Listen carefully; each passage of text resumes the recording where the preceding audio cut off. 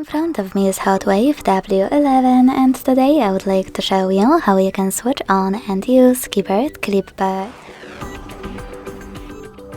Begin by launching your keyboard and clicking on Clipboard at the top.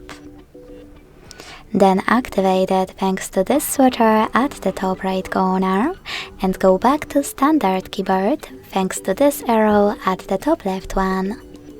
To use Clipboard, copy or cut any text. Paste it right away by clicking on it at the top of your keyboard or by clicking on Clipboard and tapping on it here. To pin it, use this pen at the top right corner, click on it and tap on the pin. You can unpin it the same way. To delete it, tap on the pen one more time, select your sentence and click on the pin next to the pin. Lastly, to disable Clipboard again, use the same switcher as before. Thanks so much for watching. If you enjoyed this video, leave a like, comment and subscribe. Bye!